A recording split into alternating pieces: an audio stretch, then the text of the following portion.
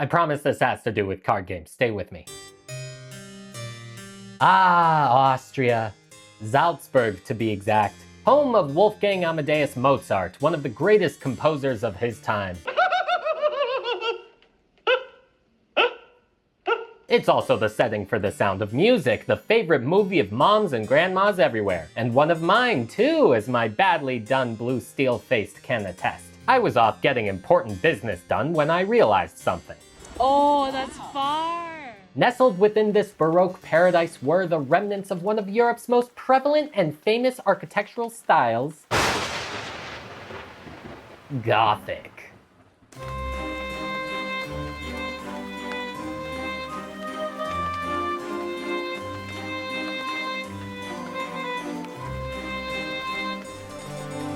Also the name and theming of Sorcery's last set. I ran into a ton of art during my time in Salzburg, from the architecture to the traditional oil paintings. And it gave me a renewed appreciation for the fact that a trading card game like Sorcery even exists at all. One where artists are given the rein to flex their muscles and their work is appreciated. Sorcery is the only high-profile game I can think of where it's explicitly stated that each artist retains the copyrights to their works, allowing them to sell prints and originals of popular cards to fans, which is a real nice boon for them. Sorcery also manages to somehow blend its gameplay mechanics with art to create some of the best make-your-own-adventure storytelling I've ever seen. And this is coming from an award-winning artist whose work has been celebrated for over 30 years. I personally think the secret sauce is, well, it's a lot of things, but let's start with the artists. Sorcery's traversed through the passage of time and recruited some of tabletop gaming's greatest creatives. And it's no coincidence that some of those artists helped make one of the world's most famous TCGs,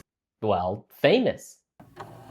Wizards of the Coast burst onto the scene in the early 90s with the release of their hit card game, Magic the Gathering. But before they saw success, they were small and cash-strapped. The largest fantasy artists of the day probably didn't fit the budget. But limitation breeds creativity, and the search for artists within the community who would work for cheap began. With its release and rise to everlasting pop culture prominence, the artists who did gamble on the low pay for the opportunity to work became legendary, and they rose to prominence with it. And yes, I agree it would be great if the artists were paid fairly upfront for their work, but such is the reality with startups. And sometimes independent contractors simply need to make a choice with what's being offered in front of them. I'm not saying it's right, but that is the history. I do find this claim from Magic's then art director Jesper Murfors, I think that's how it's pronounced, I'm sorry Jesper, fascinating, about how the first artists in the game were paid with a mix of $50 in cash, $50 in stock, and 50 artist proofs. It's the kind of upfront payment you take in the hopes that the game really turns into something, which is quite the risk considering at the time the concept of a TCG was unheard of. Original Magic artist Melissa Benson weighed the pros and cons of this decision heavily, stating that she only committed to making 7 cards at the start because that's all she could afford to spend time on for the little they were paying her. Some of those cards, however, became absolutely iconic. I'd say the decision to get involved in the game at any level, yeah, it paid off for her, and has led to a long and fruitful career for Melissa with a slew of opportunities, including with Sorcery.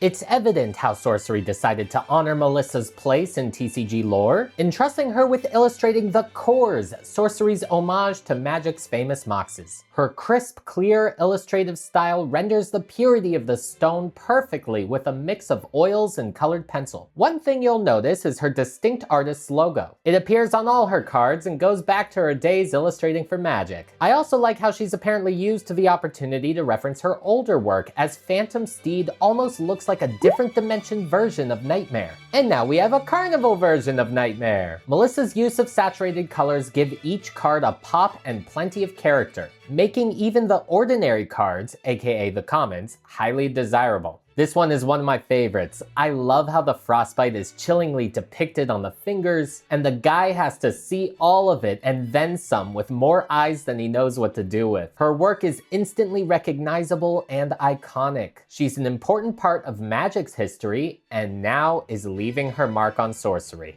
That's not the only piece of Magic lore that Sorcery has tapped into. Quentin Hoover is another of Magic's most beloved early artists and the architect for many a classic card. Hoover's legacy transcends the game itself and involves not only the makers of the game, but a mysterious heist as well.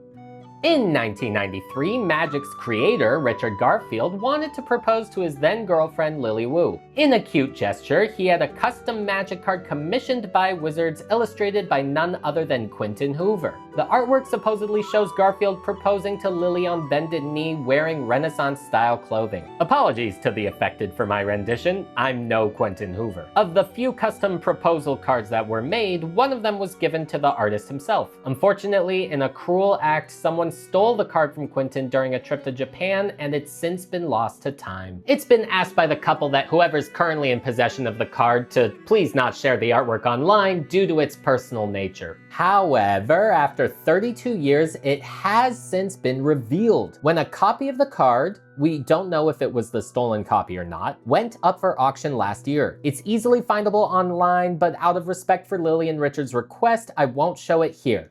Unfortunately, Quentin did pass away in 2013, but we can still appreciate his work in a new way thanks to Sorcery. His estate has allowed the game to feature his artwork in their last couple of sets, and they are truly legendary. I only have access to 2 of his 4 cards that have made it into the game. In fact, most people do, as they come at common rarity and also in the pre-constructed decks. Let's see if we can learn more about Sarava from the flavor text. Rest and remember, for here the waters carry both sorrow and hope. Ominous, but they did survive.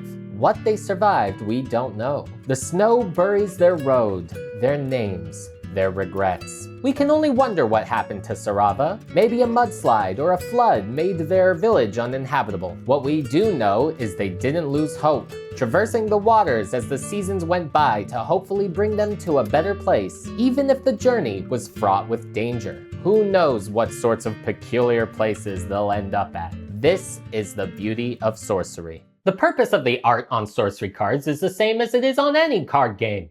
To look appealing. They want people to want the cards after all. But I would argue that the use of exclusively traditional mediums lends a more tactile feeling to the cards that maybe is a bit lost in translation compared to other card games who have transitioned over to digital art only. A feeling not too dissimilar to witnessing some of the great works of our past.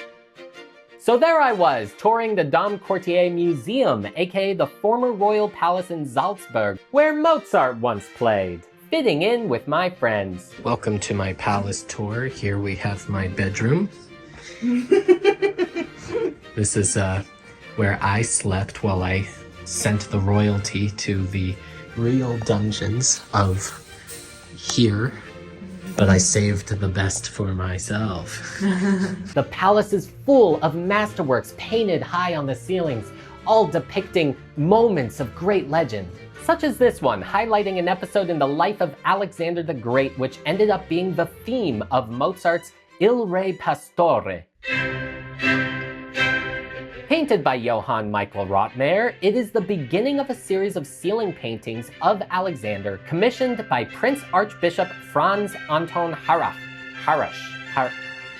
I'm bad with names. Who, in the museum's words, sought to show himself as a successor to the famous charismatic ruler and emphasize his own preeminence.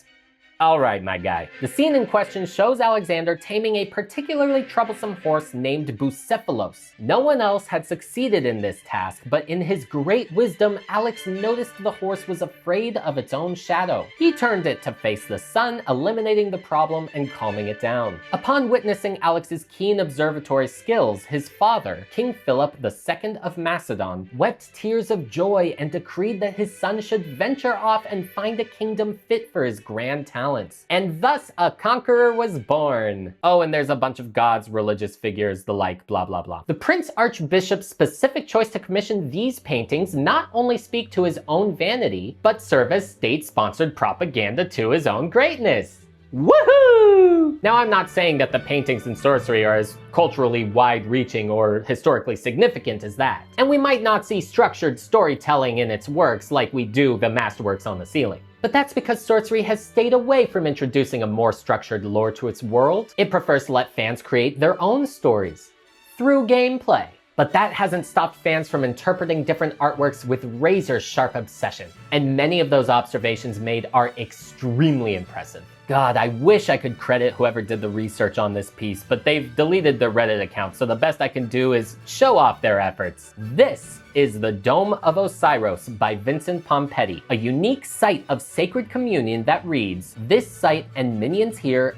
can't be attacked." As our Reddit friend states, the identity of Osiris themselves is unclear, but it's not far-fetched to think it's a purposeful alteration of a more famous name, something sorcery has done in the past. In this case, the name of the Egyptian god of the underworld, Osiris, is most likely. Actually, he was the god of lots of things. Agriculture, resurrection, even fertility. Which is a bit funny since part of his lore has him being murdered by his brother and chopped into pieces. And the only part of him that couldn't be found when gathering him back up were his family jewels. Yet he went on to have babies anyway. Immaculate conception, so popular. Ancient Egypt isn't really known for its domes though. In fact, its large monuments are rather famously pointy. So our internet guide searched long and hard for a connection that seemingly made sense for a site that stressed sacred communion and pacifism. And amazingly, they might have found a link. Located in Tunisia stands a synagogue called the Temple of Osiris, not in reference to the Egyptian god, but allegedly funded by an eccentric Mr. Daniel Ifla, who changed his name to Osiris. The temple saw its share of hardships, from a shutdown during Nazi Germany to attacks by hate mobs, with the original iteration having been burned down in the 60s before being rebuilt in the 90s. Perhaps as a reminder that violence is never the answer, this is why our gameplay effect for the Dome of Osiris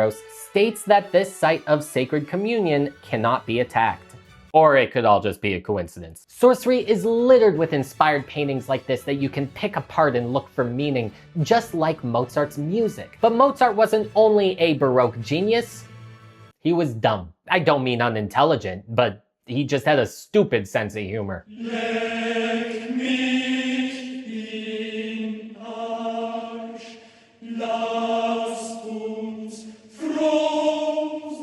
And guess what? Sorcery does too! Pudge Butcher.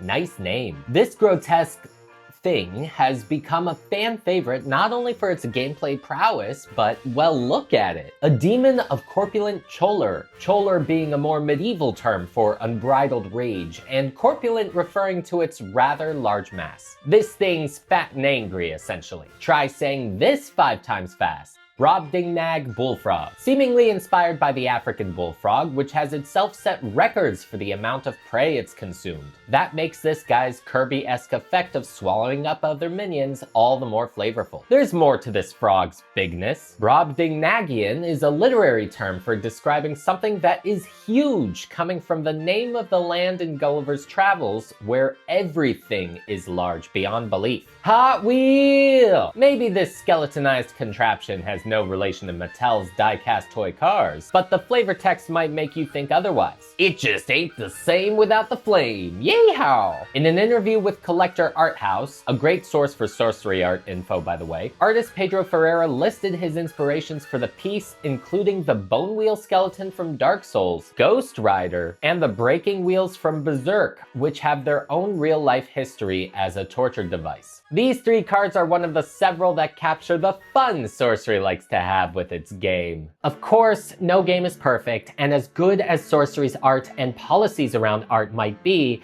its policies around accessibility have raised some eyebrows in the community lately. From mechanically unique cards being gated behind a difficult-to-access rewards program to distribution issues with its latest set, we've seen some passion on display in comments made by fans toward Eric's Curiosa, the makers of the game. I'm not going to get into it here, but I do discuss these topics in my bonus videos that I release on my Patreon, so if that's of interest to you, you can go check them out there. And thank you to all of my patrons. Mwah, mwah, I love ya. The main point stands though. Sorcery's not been the easiest thing to find in many parts of Europe, mine included. In the US, anybody can pick up a box or several at MSRP through Team Covenant, who are great at supporting indie games and keeping them in stock. Distribution is reportedly much easier to come by for LGSs as well. Internationally though, the options are far fewer, and rumors have swirled that game stores are being told by distributors that there's simply no product available for them right now. The big game store affiliated with Sorcery in Germany that I've ordered from before, White Rabbit, are showing they're sold out of all booster boxes at the time of my research, although that could change at any moment. So I was happy to learn I could pick up a couple boxes at CardTrader, who sponsored this video so that I could have actual cards to show you in exchange for an honest review of their service. And I'm actually so glad to get to, because I was pissed! Let me explain. A certain other online marketplace that many people go to decided to one day make their bulk card ordering process unusable. It was unusable. I was working on filling out my Pokemon card binder of collecting one of every Pokemon, choosing cheap cards with art that I appreciated. But if I wanted to use their consolidation service to get all these cheap cards to my doorstep in one package, so I could pay shipping just the one time, I couldn't anymore because all the sets weren't eligible for the service now. So I'd have to purchase all these 5-cent cards online through individual sellers and pay shipping on every single card so that it gets to my door, which I don't think paying this much on shipping for 5-cent cards really makes sense. Then I moved to Europe and I really couldn't use the service anymore. So CardTrader reached out and asked me to try their CardTrader Zero service, and honestly, I was impressed. With some caveats, however. They've started recently carrying Sorcery, so I knew I could actually get some boxes without paying exorbitant import fees from the United States or hunting down local game stores throughout Europe who might have it in stock. I ordered my 2 boxes and got a copy of each dual site to see how the service handles single cards. The idea is, despite each item coming from different sellers, they'll all be sent to a warehouse in one location, bundled together and sent directly to me in one package. Why this is so helpful for me specifically is here in Germany, there's a custom that your neighbors will accept your packages for you if you're not home. Or when the delivery person doesn't want to walk up 4 flights of stairs where I live. Even though I tell them beforehand, I am home, I will walk down to you. They leave it with the neighbor anyway. So when I order packages that don't fit in the mailbox, which is most of them, my neighbors will accept them for me, which is a nice gesture and I appreciate it. Except sometimes they go on holiday immediately after and I can't get my stuff for a week. I also don't want to bombard them with 20 packages of various cards. So one track package that I can follow directly to my door is great. Here's the thing though, it takes time. Every seller has to send their cards to the warehouse, they verify it, it then goes to you. So I ordered my cards on June 17th and they arrived on July 7th. And UPS was lazy and sent them to a pickup location across town, but that's not CardTrader's fault. UPS just does that here, it's super annoying. Everything was wrapped and packaged very nicely, it all felt super secure. The cards looked gorgeous, I was happy. You do get updates as every item comes in, and along the way you don't feel lost in the sauce as they have actual people you can reach out to for help. But again, the service is not quick. If you're a competitive player looking to get cards fast for the tournament next week, then CardTrader Zero probably isn't for you. If you have patience, however, maybe you're a collector or a casual player, maybe it's worth it. I have a discount affiliate code you can click in the link below. It'll save you 5% if you've never used CardTrader before, and it helps me out too. So if you like the sound of it, go ahead and enjoy. Here are a couple other rapid-fire observations about Sorcery's art and lore. During my time in Salzburg, I walked into the only game store that said they had Sorcery for sale, a place called P3 Comics. I asked the owner what he thought the most Austrian Sorcery card might be, and he pulled up this. The Wolpertinger, a jackrabbit-like creature native to Bavaria, according to legend anyway. The Wolpertinger is known for being a tourist trap souvenir of sorts from the 1800s, sold by taxidermists as an example of local wildlife to clueless visitors. Being an unholy amalgamation of dead creatures that brings one profit, the card's effect of gaining power for each of your dead beasts seems wholly appropriate and sells the legend of the Wolpertinger, the most Austrian card as so decreed. But not all cards stand alone. There are a few little neat interactions that tell a story when a couple cards are put side by side. Jussi Pilkus brings his psychedelic style to the game with Hauntless Head, an exceptional spirit in search of some body. Some body. Does he really care whose body it is? According to Headless Haunt, he does! I love their effects. Both minions move to a random spot in the realm every turn, with the head searching for the body, and the body simply lost. But only the head has the spellcaster ability, since it has a mind of its own, allowing it to actually cast spells to aid in its search. Vincent Pompetti returns with Old Salt Anchorman, a grizzled veteran of the sea who anchors his crew. But he will lose his cool when the accursed albatross boss flies by. But who will he get angry at? The bird or the crew? Look at the bird's effect. When any unit kills it, all other nearby allies die. This is a reference to the mythic tale told in Robert Eggers' The Lighthouse, where you might remember Willem Dafoe screeching out the warning, "Bad luck to kill a seabird. Kill one bird, and everyone will regret it." King of the Realm, painted by Tony... Oh god, I don't want to screw this up. Sudlow! This regal portrait is actually a self-portrait of the artist himself. Yeah, I can see that. Inspired by the self-portraits of Rembrandt. Our Reddit friend from earlier points out that naming this mortal king of the entire realm, the realm being the land in which sorcery exists, is maybe a bit much. He's just a mortal after all. But there are a couple reasons why the name might fit. The Lord subtype in Old Magic was meant to evoke powerful creatures who gave +1/+1 buffs to minions of the same creature type. But the word Lord was often interchanged with other similarly prestigious titles such as Master or King. King of the Realm not only grants other mortals a +1 power boost, referencing the old magic mechanic, but upon play, all mortals in the realm are now under your control. They bow down to the king, so to speak. And speaking of Tony...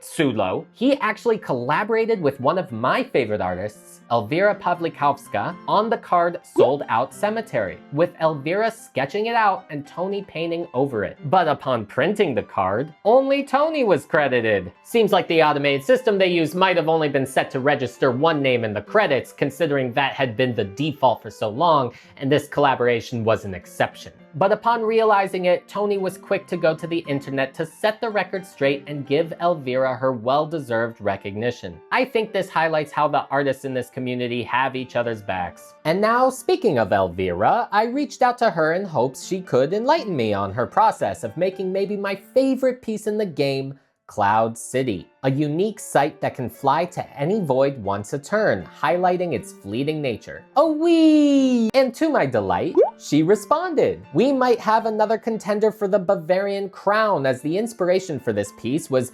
Neuschwanstein Castle, the skyscraping giant. At 213 feet or 65 meters, it does hold the title for tallest castle in the world, so it's appropriate that Elvira put it in the sky. Originally, she painted it with various shades of blue, making it almost monochromatic, but Eric, one of the game's founders, suggested a warmer color for the rooftops, which do help it stand out more. This piece was painted so early on in the game's history that it actually might have predated the original design of sites, because Elvira's first rendition was actually painted vertically, as she showed me here. Love this little bit of trivia. One of the funny things that artists can play with are the text boxes on cards and how they can playfully hide Easter eggs behind them. Granted, with the art being such a central focus on the cards, there isn't much too obscure. But as can be seen in Blaze by another Elvira, Shakirova this time, you can still manage to hide an Easter egg or two. Oh, here's a cool one. Foils don't come in a million different patterns, but they do have a couple neat things that set them apart. Not only are the words and text boxes on the front raised for a premium touch, if you look on the back, oh yeah,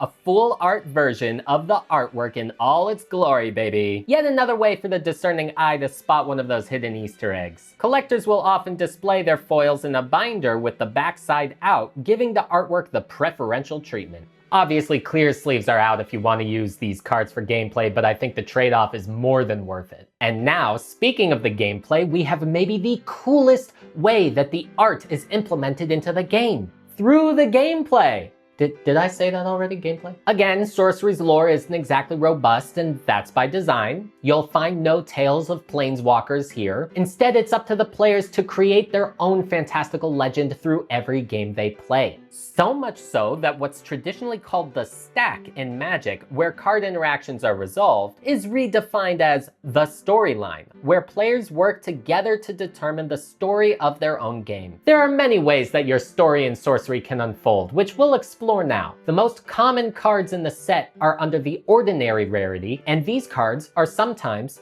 themed to go together. When it comes to the sites, the environments wherein you'll do battle and traverse through the realm, the ordinary sites are often similarly themed. If you're playing with fire, you might end up with a plethora of deserts. If you're swimming in bodies of water, you have a bevy of rivers to choose from. My favorite are Earth's bountiful golden fields that surround a group of modest villages. Of course, the Blessed Village seems to have already reaped the rewards of their harvest. I've played several different games with my pre-constructed decks where the story seems to magically unfold right before me and my friend's eyes. You should have seen the amazement on our faces. So I'm gonna tap Cherubim to play the Holy Water and banish Kamisi with a projectile. Dude, no way! Fuck! Wow! On an unrelated note, if anyone wants to play Sorcery in the Leipzig area, let me know! I've got Kiss of Death in the meantime.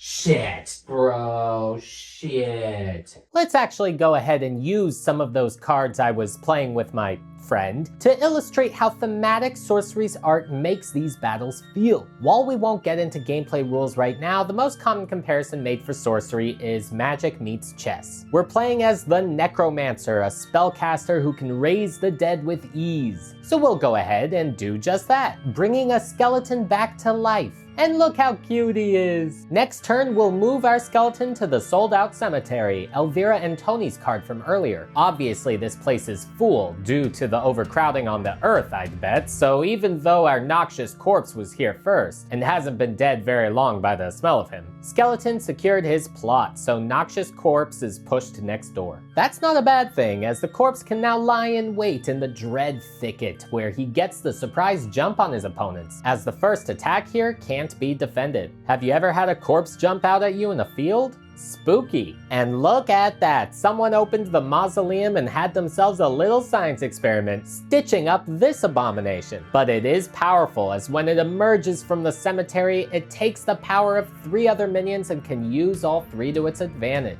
So how's our opponent gonna combat this? With the Persecutor on their side, evil doesn't stand a chance, as they've come here to cast their judgment and enact punishment on all the undead. They'll be helped by the biblically accurate angel Cherubim, who can fly over the nearby sites to cast their judgment, but currently flies over consecrated ground where evil has no power. Literally all undead, demons, monsters, their power goes down to 0. That's such a badass and flavorful way to put it though. Evil has no power here. To help the Flayer deal with our stitched abomination, they'll get the Lash, an appropriate weapon for someone called the Flayer, I think. They'll use it to knock off one piece of our abomination, bringing it a step closer to eternal rest. Oh god, the light rating off of Cherubim is too much for us to handle. We need to use our deathly powers. The skeleton's going to fashion a bone spear out of another undead. I think this corpse has smelled up the joint for long enough. We'll fashion him into the weapon and fire. The bone spear hit for 3 points of damage, leaving Cherubim struggling at 1 point. The same as our little skeleton. The brave undead warrior prepares to fight.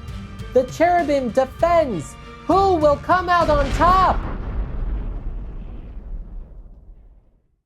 This is one of a million tales told at the table of sorcery. There's so much more I could unpack here, but I want to get back to playing this great game. I have friends. Shut up! I'll link Sorcery's artist highlights page in the description, where you can go and find information on any of the artists I highlighted here. If you'd like to commission a piece, purchase a painting, or support your favorite Sorcery artist in any way, you'll most likely find a way to contact them there. If you liked the video, go ahead and watch another one. I've got many on the channel. Or don't, I don't know. Exercise your own free will. You got one life. Bye-bye!